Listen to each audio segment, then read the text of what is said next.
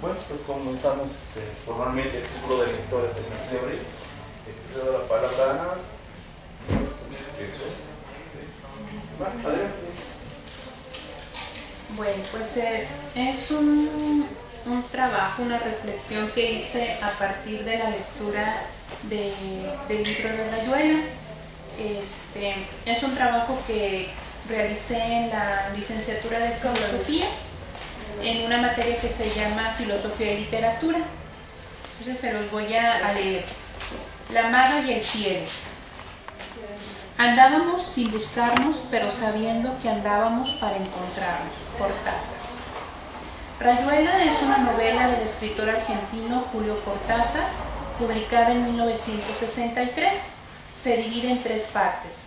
Del lado de allá, que comprende los capítulos del 1 al 36, del lado de acá, del capítulo 37 al 56, y de otros lados que comprenden los capítulos prescindibles del 57 al 155. El autor invita al lector a elegir entre 2 posibilidades de lectura. La primera es la habitual, que consiste en leer de forma lineal, y la segunda posibilidad es siguiendo un tablero de dirección en la cual vas saltando de un capítulo a otro, ubicado más adelante o hacia atrás. La razón del título de la novela, Rayuela, puede ser la razón de su forma de lectura y el tablero de dirección, que dejas capítulos en blanco, pues tienes que saltar a otro. Sin embargo, también hace referencia a un juego de niños que se dibuja en el suelo con un trozo de gis y que busca el camino que debe seguir junto con otros jugadores para alcanzar la meta, o mejor dicho, el cielo, que se ubica en la casilla número 10. Todo niño juega a vivir y aprende a vivir jugando. La rayuela es ese juego de la vida en donde tienes oportunidades para saltar olvidando el pasado, que sería el número que ya brincaste, y que queda bloqueado por el guijarro, guardando el equilibrio para no caer sobre lo que ya viviste, en los recuerdos, en los errores, en lo que ya no tiene solución. Y cito Cortázar: el 8 jugaba casi toda la tarde a la rayuela, era imbatible. El 4 y el 19 hubieran querido arrebatarle el cielo, pero era inútil. El pie del 8 era un arma de precisión, un tiro por 4. El tejo se situaba siempre en la posición más favorable, era extraordinario. Y es en ese juego en el que Cortázar inserta la vida de sus protagonistas, Horacio Oliveira y Lucía, la maga. Cito a Cortázar: así había empezado a andar por un París fabuloso, dejándose llevar por los signos de la noche, acatando itinerarios nacidos de una frase de Clochard, de una guardilla iluminada en el fondo de una calle negra, deteniéndose en las placitas confidenciales para besarse en los bancos o mirar las rayuelas, los ritos infantiles del guijarro y el salto sobre un pie para entrar en el cielo. Horacio Oliveira, al igual que Cortázar, es argentino y traductor en París. Tiene un grupo de amigos entre los que se encuentran Ronan, Babs, Perico, Etienne, Gregorobus y Won.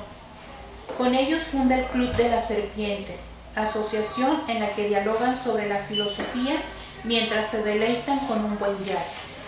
En este grupo también se encuentra, y digo se encuentra porque no es aceptada como parte de este, la maga, que haciendo honor a su nombre es espontánea, intuitiva, impredecible. Y cito a Cortázar: no había un desorden que abriera puertas al rescate, había solamente suciedad y miseria, vasos con restos de cerveza, medias en un rincón, una cama que olía a sexo y a pelo, una mujer que me pasaba su mano fina y transparente por los muslos, retardando la caricia que me arrancaría por un rato a esa vigilancia en pleno vacío. Lucía es el nombre verdadero de una de las tantas mujeres en la novela y en la vida de Oliveira, pero que sin embargo es en torno en quien gira no solo la vida de este hombre, sino la historia misma. Es la mujer apodada la maga, una montevideana montevideana con un hijo natural llamado Carlos Francisco, pero al que ella llamaba amorosamente Rocamadour. La maga deja su país para lograr ser una cantante y sabe que el mejor lugar es París, el de los años 50 y 60.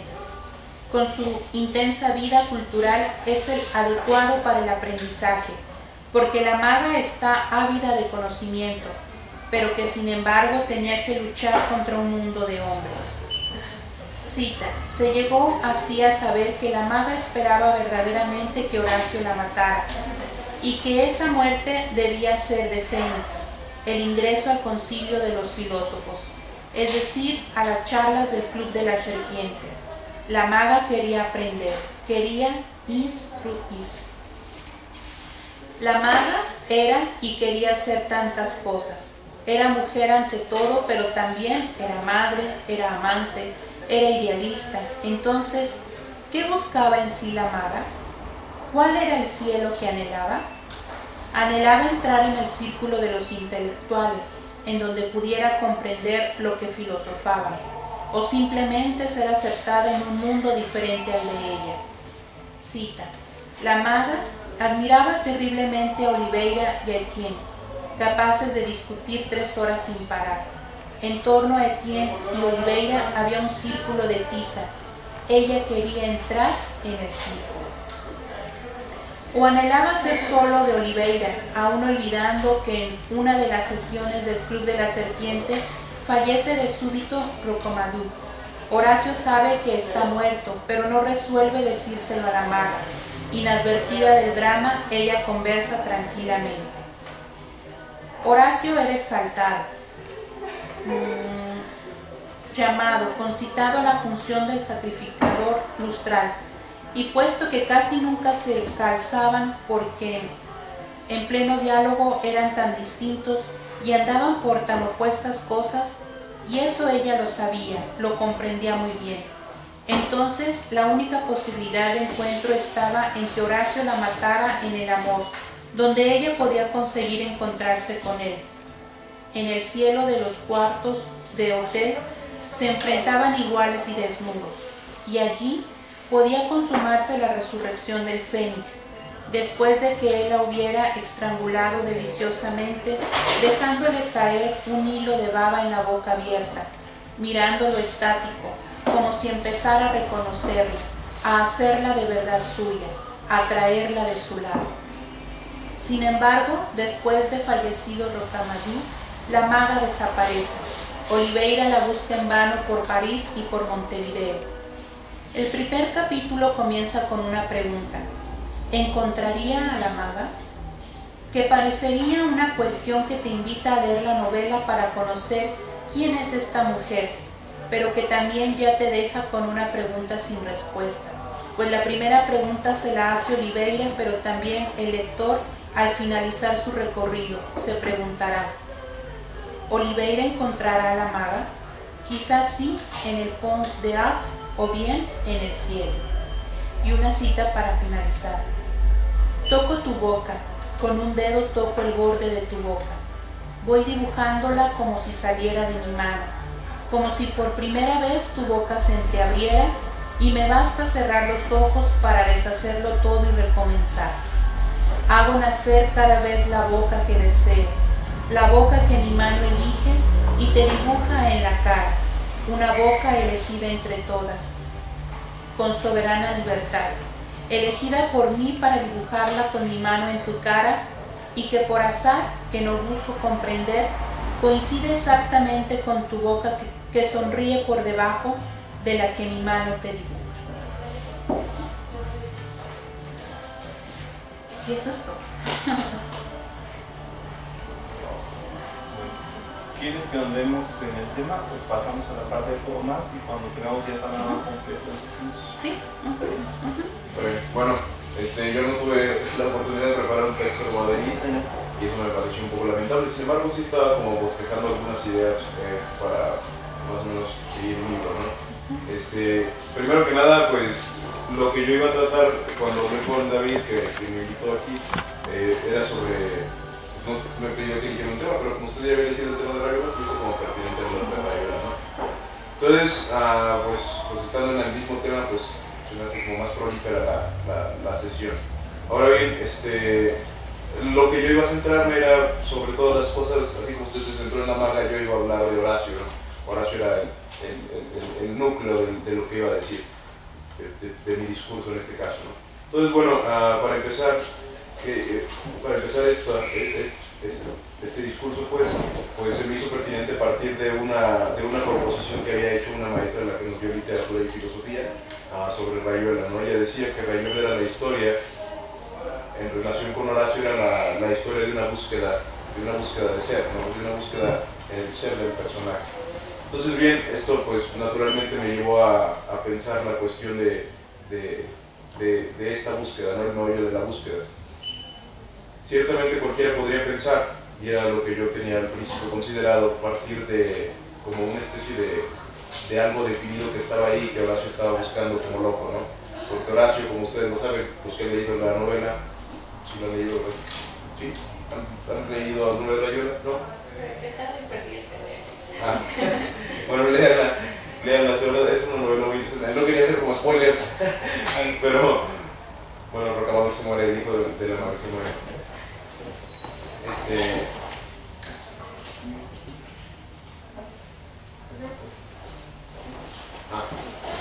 Bueno, Rocamadour, el hijo de la maga, se muere, ¿no? Pero pasan muchas cosas muy interesantes. Horacio Oliveira, que es un intelectual, como ya lo había dicho en inicio, pues él está en París, ¿no? Y es un hombre supersticioso, aunque es un hombre intelectual y que se dedica por sobre todas las cosas a los libros y a muchas otras cosas, pues al final no se dedica a nada, ¿no? Es un personaje que de una u otra manera a lo largo del libro va buscando como llenar ese vacío que tiene en sí mismo, ¿no? ¿En qué sentido? En el sentido de que no hace realmente nada de su vida, ¿no? Su vida es la relación con la maga, todo gira en torno a la maga, como yo lo había dicho a Denise. Entonces es un hombre que lee demasiado y que discute demasiado, pero en su vida personal no hace otra cosa que eso. Entonces como que está buscando siempre hacer algo, ¿no? Él dice en un capítulo, no recuerdo, como lo leí hace mucho, hablaba de un kibutz, ¿no? Incluso es un lugar que tenían los judíos. Era como su lugar ideal, pues, lo que él andaba como buscando. Era como, buscaba algo, dice él, que sabía que tenía en el bolsillo, ¿no? Pero sin embargo no dejaba de buscarlo. Entonces esta búsqueda era lo que la maestra decía que era la búsqueda del ser, de Horacio, ¿no? Y era como el centro. Ahora bien, yo pensaba al principio si este centro era como les decía, la naturaleza, como algo que está ahí y que sabemos que está perdido, ¿no? Como un objeto perdido, un objeto que está perdido, pero sabemos más o menos de qué va ese objeto, ¿no? Ciertamente yo no estaba muy de acuerdo al principio, pero después como que me quedé más en la idea de que efectivamente es una búsqueda, pero una búsqueda incesante de algo que no sabe ni siquiera él qué es, ¿no? Y que toma como objeto, en el caso de la narración, a la maga, y todo se va a volcar sobre la maga. Ahora bien, lo que yo le decía a David al principio era hacer como una especie de comparación con otro autor. Se me hace muy interesante esta novela porque es una novela que yo veo que me parece como una novela que expone un síntoma, ¿no? Un síntoma en el sentido como psicoanalítico. ¿A qué voy con eso? Bueno, en el psicoanálisis se detecta, bueno, el psicoanálisis descubre algo así como una especie de sentido oculto, ¿no? en la palabra. Descubre como una especie de discurso que se enuncia al reverso del discurso que nosotros utilizamos comúnmente, ¿no? Que es el discurso del otro y es el discurso del inconsciente. Este inconsciente pues va a manifestarse en muchas formas y una de las formas en las que se manifiesta es en el síntoma, y el síntoma es como una relación que tenemos nosotros con el deseo, un deseo que se vuelve patológico hasta cierto punto, ¿no? El deseo para los psicoanalistas y sobre todo los psicoanalistas lacanianos pues es como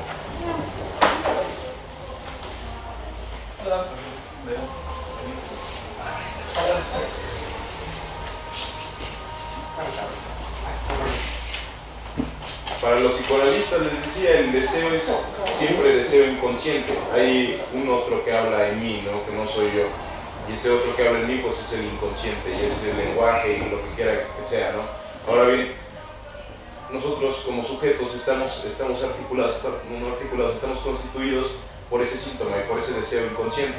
Entonces, de una u otra manera, ese deseo tiene su propia lógica, y el psicoanálisis, sobre todo lacaniano, descubre que la lógica del inconsciente en cuanto que se refiere al deseo, es la lógica, le van a llamar ellos, de un objeto perdido, ¿no? Este objeto le va a poner Lacan el nombre del objeto A, y este objeto A va a ser como una especie de cosa, va a decir Lacan en el seminario 11, de la cual se desprende el sujeto al principio, y lo hace como en relación, él va a dar muchos ejemplos, pero uno de ellos es la relación que tenemos nosotros con el seno de nuestra madre.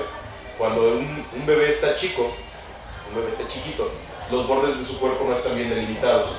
Entonces va a decir Lacan, haciendo como una analogía con esto, que en tanto que no están delimitados, el bebé es uno con el seno de su madre, que le provee el alimento.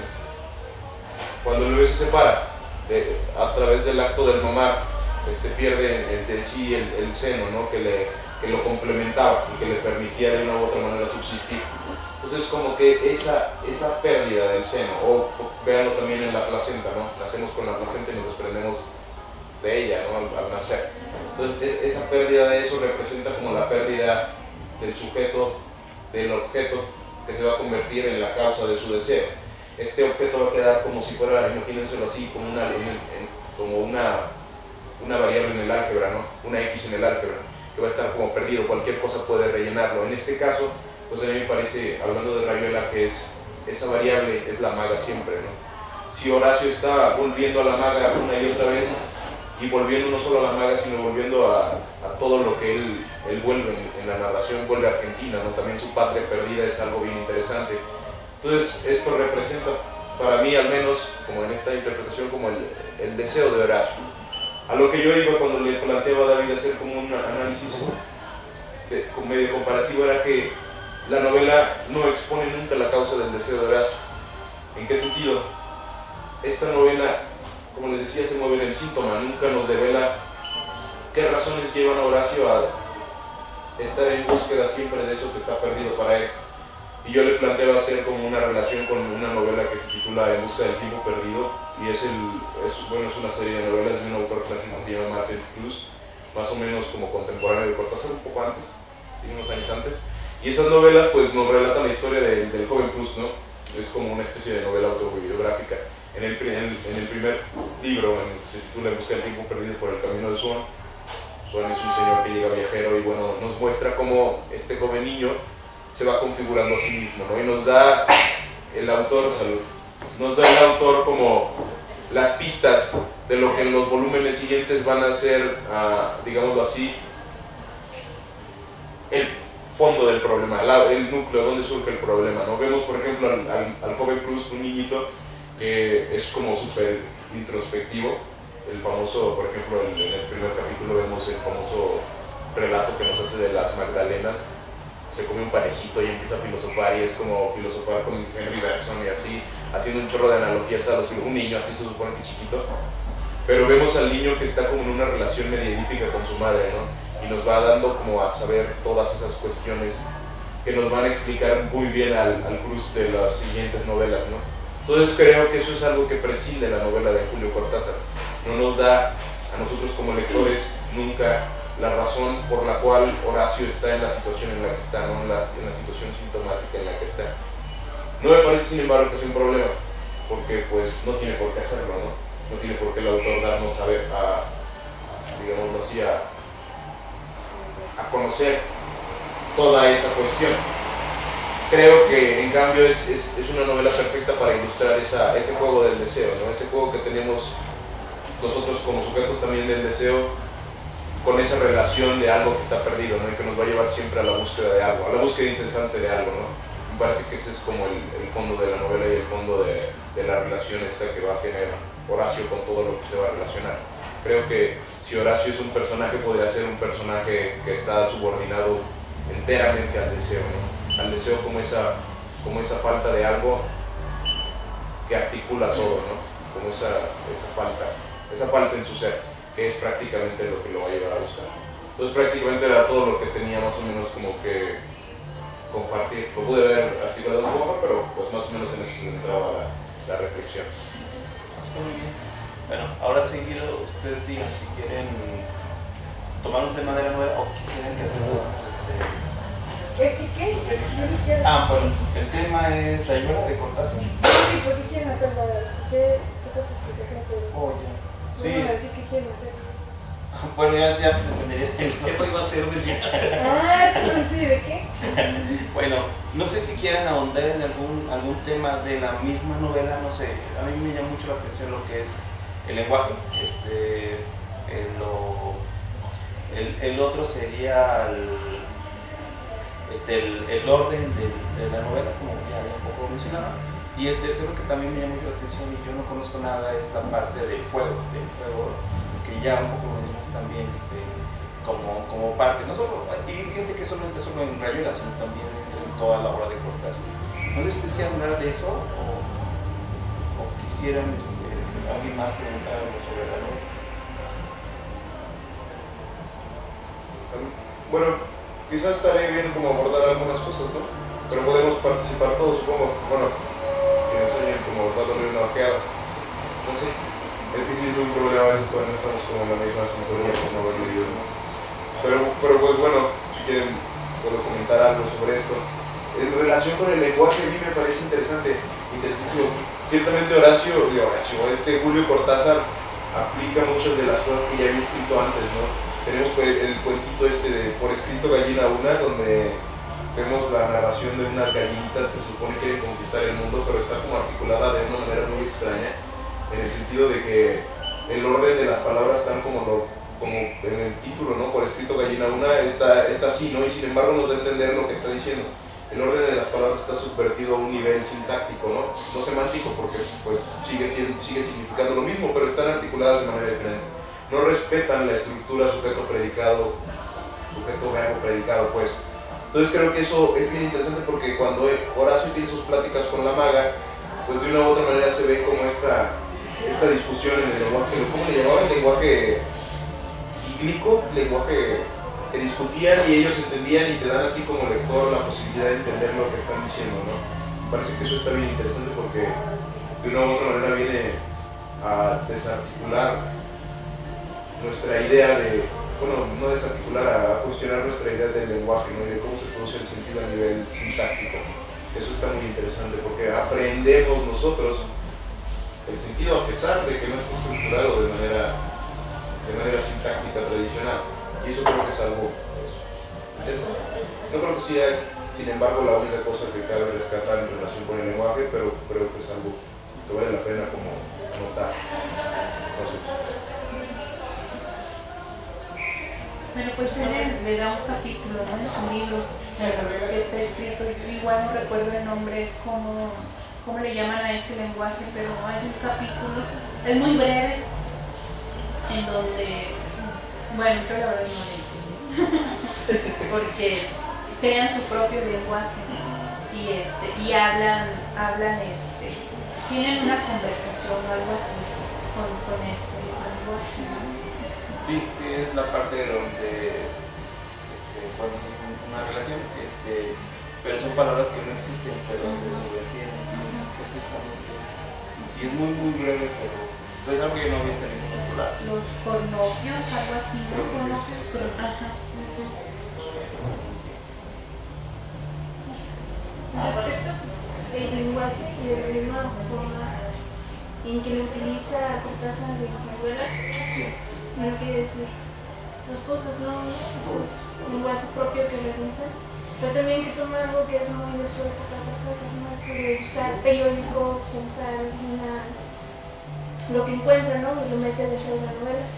A mí, dentro de los capítulos de los prescindibles, hay una parte, un capítulo entero que se la pasan hablando de como 28 artículos que ya tienen un tratado, ¿no? Bueno, sí los puedo insertar dentro de la novela, pero de alguna forma como que se interrumpía el mismo discurso de la novela, no sé, en algunas partes digo,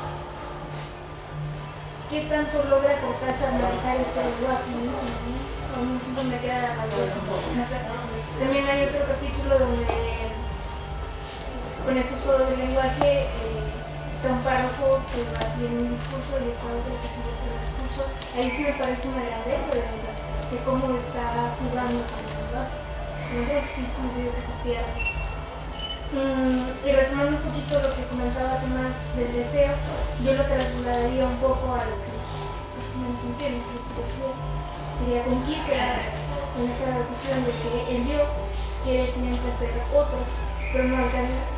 En ese devenir otro, pierde su yo, ¿no? Entonces, como este juego que no puedo lograr ser otro yo, ¿no? Porque soy un yo, está medio extraño, pero supongamos que Horacio quiere entrar como, o quiere poseer a la maga, pero la maga en cambio tiene otro deseo, ¿no? Que va contra fuerza, ¿no? Que es entrar al mundo de Horacio en el que está ahorita, ¿no? Entonces como si uno quiere salir y otro quiere entrar, entonces por eso Horacio lo entiende muy bien. Dice, si yo la poseo por completo, pierdo a la maga, ¿no? Y pierdo esa posibilidad de salida. Entonces como que la necesito y la quiero aquí, pero no quiero que se me dé completamente.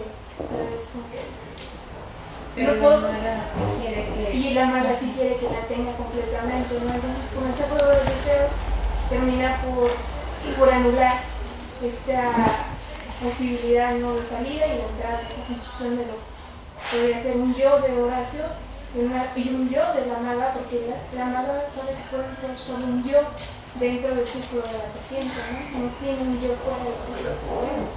Otro tema que yo quería destacar es la cuestión de Rocamadour, que se muere y nadie le dice, ¿no? Y sigue haciendo spoilers, se muere Rocamadour. El hijo de la maga en Cortázar. Sí, de hecho vale la pena que hacer un corte. Bueno, el tema de esta primera selección es el libro de Rayuela. Invitamos a Denise y a Tomás a platicar. Fue muy interesante porque Denise tomó el punto desde la maga y Tomás tomó el partió desde Horacio. Entonces ya ahorita van a surgir los temas, ya vieron lo que es el tema del lenguaje. Bueno, de hecho está sobre la mesa, pero bueno, entonces podemos incorporarnos todos, podemos preguntar. De hecho, si en algún punto nos estamos quedando, podemos preguntar y podemos tratar de conectarlo.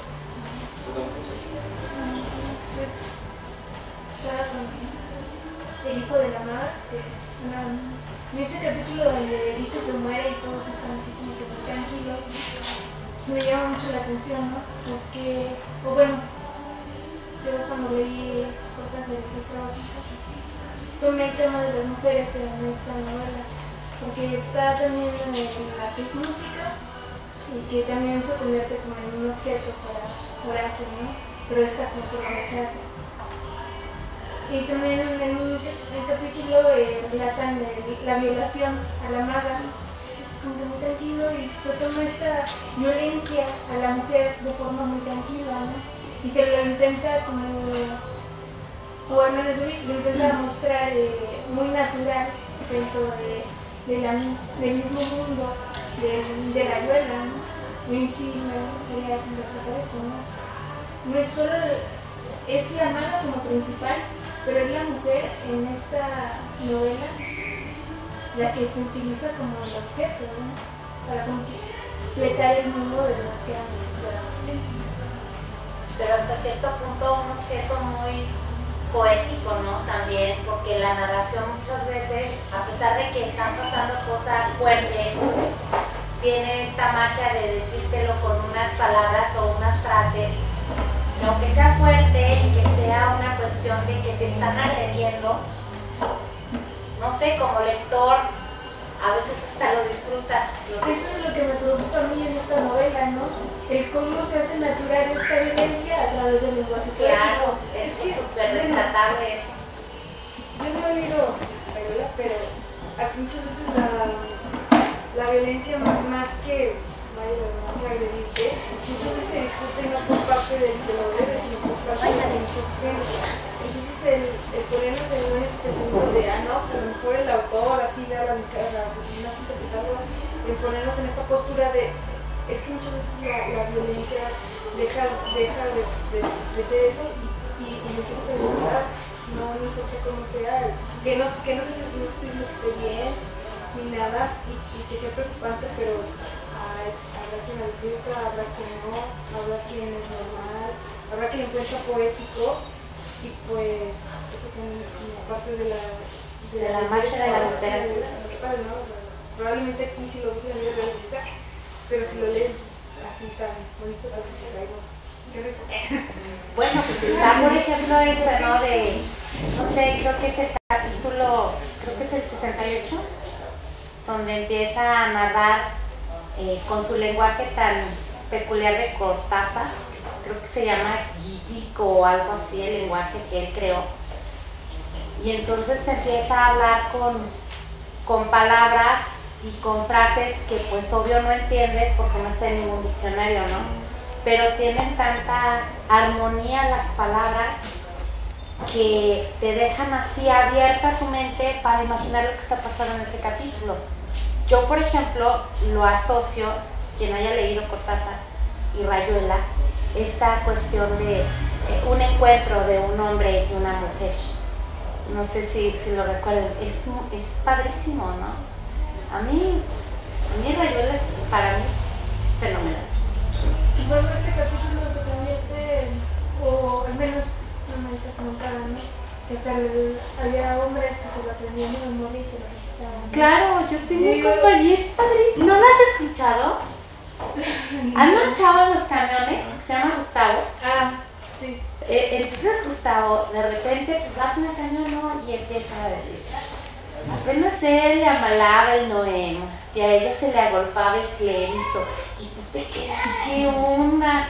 Obvio si no has leído Cortázar y todo eso, pero quien no lo haya leído y lo esté leyendo a través de una persona, en este caso de Gustavo, es una delicia. De hecho, por ahí uno de los participantes de la dichosa palabra que no dijo, bueno, entonces, menciona que si tú vas a leer a Cortázar debes verlo desde un sentido poético, porque a fin de cuentas toda su obra viene reflejada en este aspecto. Sobre todo en esa parte del lenguaje hay una métrica y una sonoridad donde puedes ligar las palabras y entenderlas claramente aunque no signifique nada. Entonces, me gustó mucho esta parte del lenguaje, no esperaba esto de la novela cuando vamos por primera vez, pero qué bueno que tiene algo más, o sea, que no es un libro que lees y terminas y al que sigues, que cada que lo tomes, cada que preguntes a otra persona que lo tomó también, puedes tener algo más. Te marca. Sí. Te marca. El libro no lo olvidas. A ver.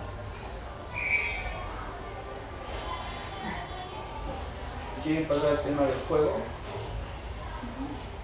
La influencia del juego en la novela. Bueno, Pues hasta el nombre, ¿no? Lo dice, Rayuela. Justamente Cortázar juega mucho con esa parte, entonces me llamó mucho la atención que Lenin lo tomó.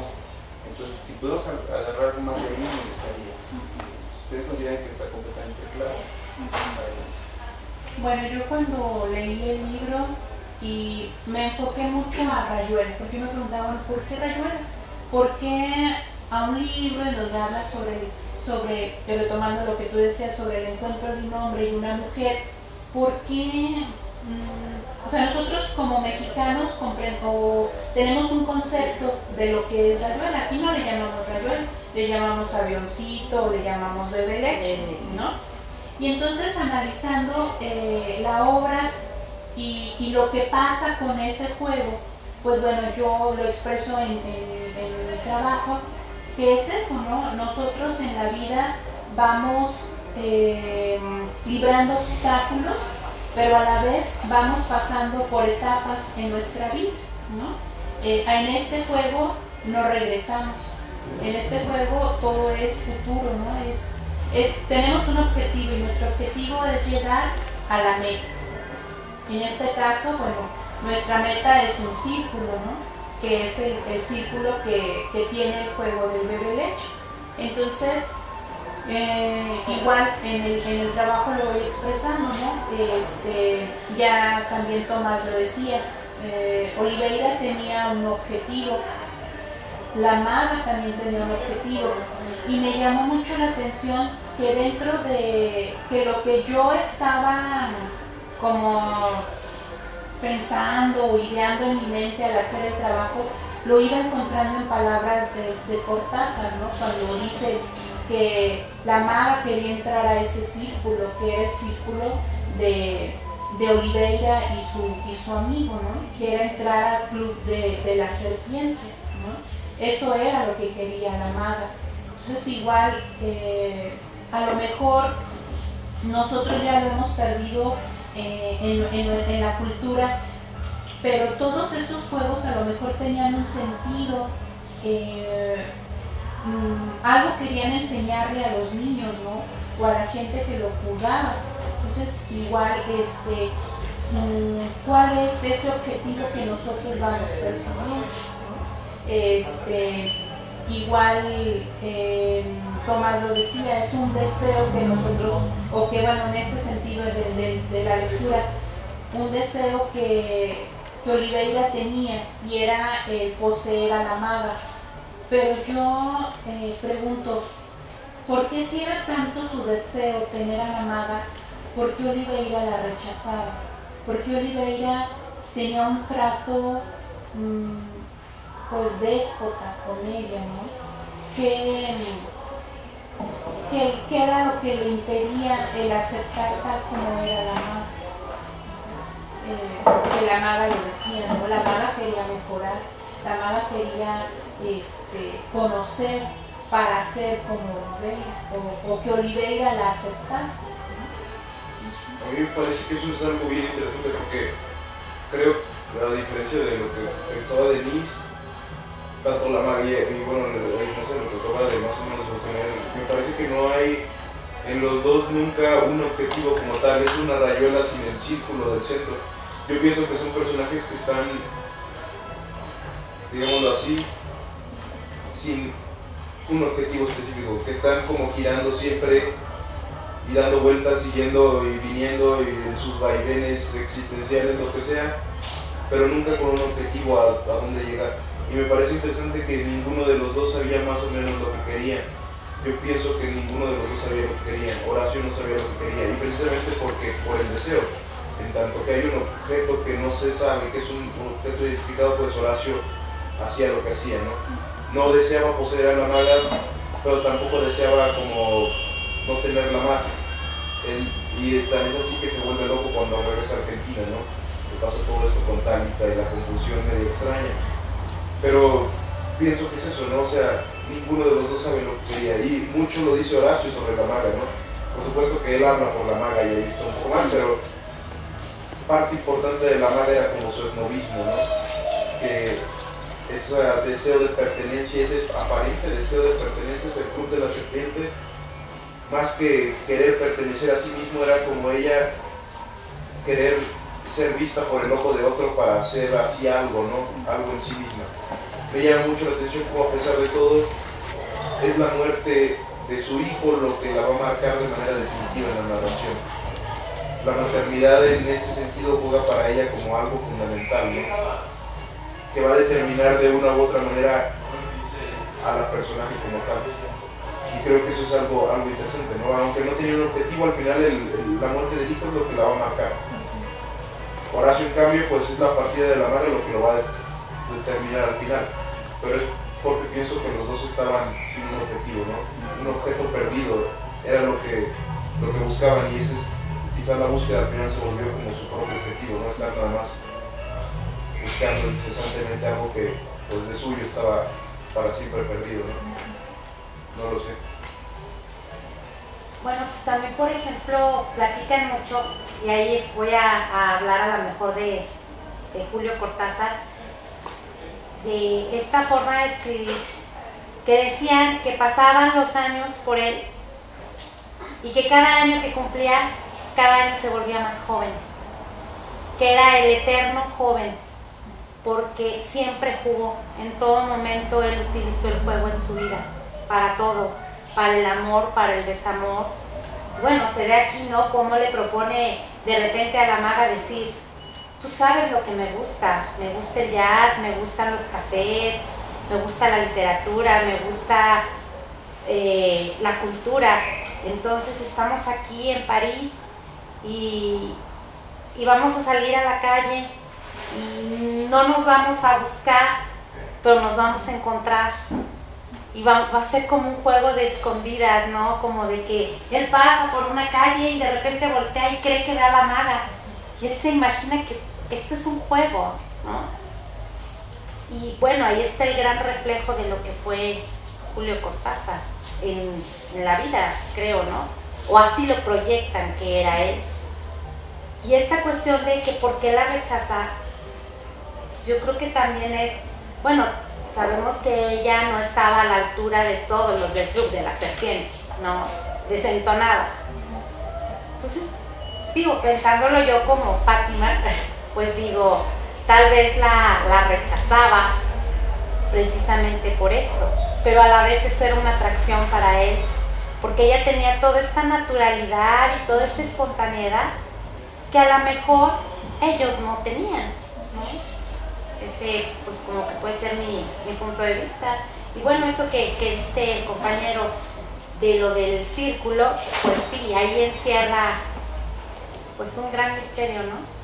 Que solamente lo descubre o lo descubrimos cada quien el enfoque que le demos a la obra, ¿no? Al texto. Pero sí me parece, y se me parece muy lindo que hagan, o sea, que hiciera eso, ¿no? Muy romántico. De ahí tantas frases que vemos por todos santos lados, ¿no? Y a propósito de ese juego del orden de la lectura, ¿qué opinas? Yo estoy de acuerdo con la maestra Cuerver, porque ella decía que el autor no había pensado el texto como para ser un texto que se podía leer de manera libre, ¿no? Sin embargo, da el tablero de dirección y al final termina a ser como la forma que va a orientar la lectura. No me parece en ese sentido que sea tan abierto a la libertad de poder leerlo de mil maneras como supondría que fue creado el texto, ¿no? Me parece que lo limita demasiado al hacer eso. Y creo que en un sentido como, pensándolo así, como más teórico literario, como en una cuestión de la estructura narrativa de la obra, no me parece tampoco que vaya más allá de eso, como que no rompe tantos esquemas como a veces la gente piensa que lo hace, ¿no? Me parece que no aporta mucho en el sentido de la innovación como en la técnica narrativa. Creo que normal siempre es Horacio el que narra todo, ¿no? No hay la estructura de la narración, aunque está dispersa, pues al final tiene el hilo del tablero y al final tiene el hilo de la forma tradicional en la que se lee. Pues, creo que es como regular, pero está chido, a pesar de todo. Sí, de hecho, porque cuando le propones a alguien leer, pues léete Cortázar, te lo lees, te Rayuela. Ay, no, porque ahí me van a decir cómo lo debo de leer y luego me confundo. O sea, de repente proponerlo, sí, desde que lo propones y platicas cómo lo puedes leer, cómo él lo sugirió y cómo por voces de otras personas que lo han leído, dicen, no, pues yo abrí el libro y en la primera página que leí, ahí ya. Eso es muy cierto lo que dice él, pero también creo que se cumplió un objetivo de Cortázar que quería con esa obra, con ese libro específicamente, hacer al lector partícipe de la obra, no nada más ser el espectador de, como todos, agarro mi libro, empiezo por la 1 y termino en la 200. Desde ese momento él ya quería hacer como, cuando irrumpes en una idea, ya atreverte como un desafío, así lo siento, ¿no? Yo lo llamaría una crítica a la novela en sí, es decir, ¿cómo criticas una novela desde la novela? Bueno, rompiendo sus reglas y creando tu propia estructura. Quiero decir que si lo logra, porque a fin de cuentas rompe ese cuadrado que hemos dado. Sí. Bueno, porque a lo mejor los que estamos aquí presentes, ¿quién ha leído un libro en donde te dan instrucciones para leerlo? ¿Sí hay? Casi no. ¿Algún otro? No lo recuerdo. Que digan, empieza en la 1 y luego te vas a la 70 y tantos y luego te regresas, o sea, ¿no? Los de figuritas que dicen que Los de pasan Minotauro. Ahorita olvidé de los de Minotauro que tenían de diferentes alternativas y de acuerdo a tus opciones tú vas yendo a otro. Pero esa es otra cosa, ¿no? Sí, no, es más interactivo. Sí. O bueno, aquí yo me confundo, tal vez. Ajá. Bueno, no estoy confundida, está bien interactivo, sí, lo creo así. Y eso pienso yo, ¿no? Sí, realmente hay muy pocos libros así. No, o sea, lo logró como si esa era su idea, que el lector desde un principio fuera una parte activa dentro del libro, pues la verdad lo logró. Porque el libro, desde que lo tienes en tus manos, o desde que escuchaste a alguien que te dijo, léelo, pero léetelo así, pues, ¿qué onda? Ya estás con tu mente en el hecho. Pues yo la verdad lo leí normal. Nunca, o sea, no tuve el cuidado de llegar, y está en las primeras páginas, de llegar a donde dice, este libro se lee. No, yo me lo brinqué y lo leí normal. Pero yo pienso que me hubiera causado estrés porque soy muy cuadrada yo, de eso de que bríncate acá y bríncate acá. No, pero para mí leerlo de forma, podríamos decir, normal, tradicional, sin tomar en cuenta el método de Cortázar, a mí me gustó la lectura. Le encontré esa historia que él quería narrarnos, ¿no? A lo mejor sería un buen intento ahora leerlo de otra forma o de la forma que él está proponiendo, para saber si a mí me parece igual la historia que me contó. O te causa otro efecto, ¿no? Exacto. Digo, te despierta otra emoción distinta a la que fue tradicionalmente. Así es. Sobre todo sí, por la emoción, la experiencia de alguien era de que cuando tú llevas un libro y llevas cierto avance y veías que faltaba tan poquito o tanto, podías hacerte una idea de que venía de empezar como a pensar, ¿no? cómo va a cerrar, cuánto te falta, y al leerlo en un desorden como te causaba un conflicto de no saber cuánto te falta, ni si se va a cerrar el ciclo, si tienes que rezarte a dónde regresas. Mi caso, no sé, yo tampoco he tratado como de hablar mucho en las alternativas de lectura, porque yo también soy más de llevarlo al libro.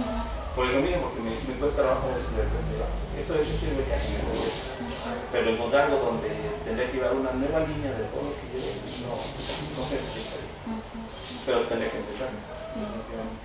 Bueno, y luego también hay así como que rumores que dicen que cuando él estaba escribiendo el libro, realmente era una historia, eran ideas, eran pensamientos filosóficos, porque también está lleno de filosofía el libro, que él las iba escribiendo y las iba dejando, las iba olvidando, ¿no? Hasta que llegó el momento en que se reunió todo aquello y se reunió al azar, que yo no creo eso. No. ¿Verdad que no? Bueno, se dice, ¿no?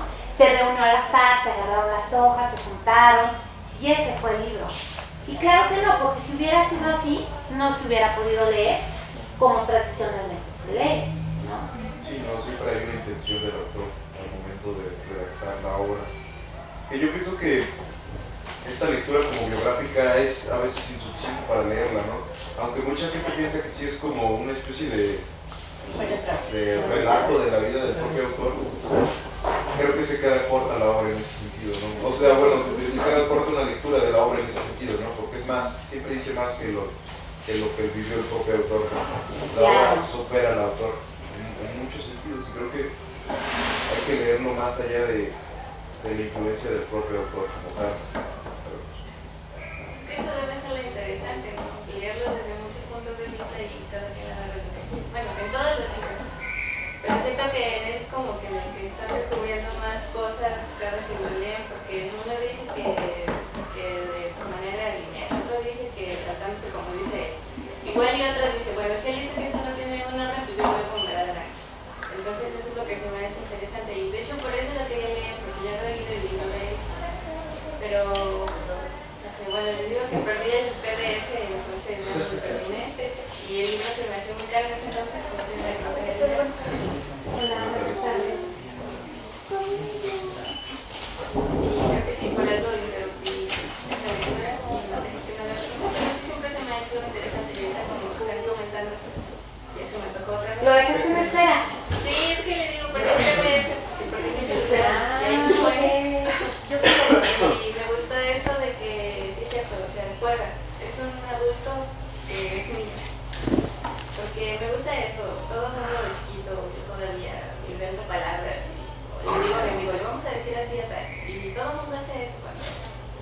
quiere esconder algo, yo qué sé. Entonces siento que lo hace más divertido porque te está contando una historia y...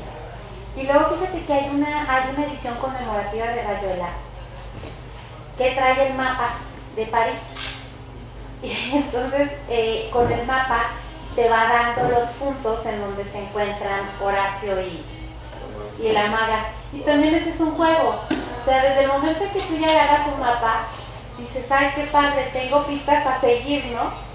Entonces, aún así, ya no está él, pero se sigue jugando con la obra de Rayuela. Entonces lo que me llamó ahorita más la atención de lo que han estado comentando. Tienes que hablar. Estamos Sí, Y si no hablamos de eso, ¿qué? No puedo participar para meter toda la... Claro.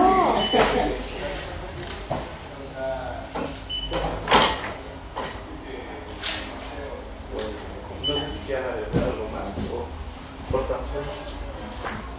¿Alguien más tiene alguna duda que quiera aportar? Sí, lean también. Y de hecho justamente ahí puse un meme en el grupo que decía que estaba preocupado porque no había acabado el Rayuela. Y justamente estaba así, justo antes de venir para acá. No, la parte del allá para acá ya no estoy bien. Llegando a casa. Aparte, Pero está muy gordo. Porque la edición que compré está ¿no? No, yo creo que esa edición de la editorialista de aquí atrás. No sé cómo se llama. ¿Esta es la de bolsillo? De bolsillo. Sí estaba medio chocho, pero pues el tamaño del libro pues es en esa edición corta. De hecho, yo lo compré hace unos meses, tuvieron la promoción de 3x4 o 4x3. Así que bueno, algún día lo voy a leer. No pronto.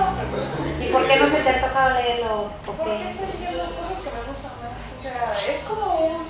Lo voy a leer porque es un libro que tienes que leer. ¿Qué tienes que leer? Ajá, entonces es como... Pero ¿quién dice que tienes que? Sí, no hay lecturas obligadas. Bueno, eso es verdad. Esto es una cosa que estoy impresionada de ver porque la gente que lo lee dice, oye, y tú dices, bueno, no tengo la oportunidad, yo tampoco lo he leído.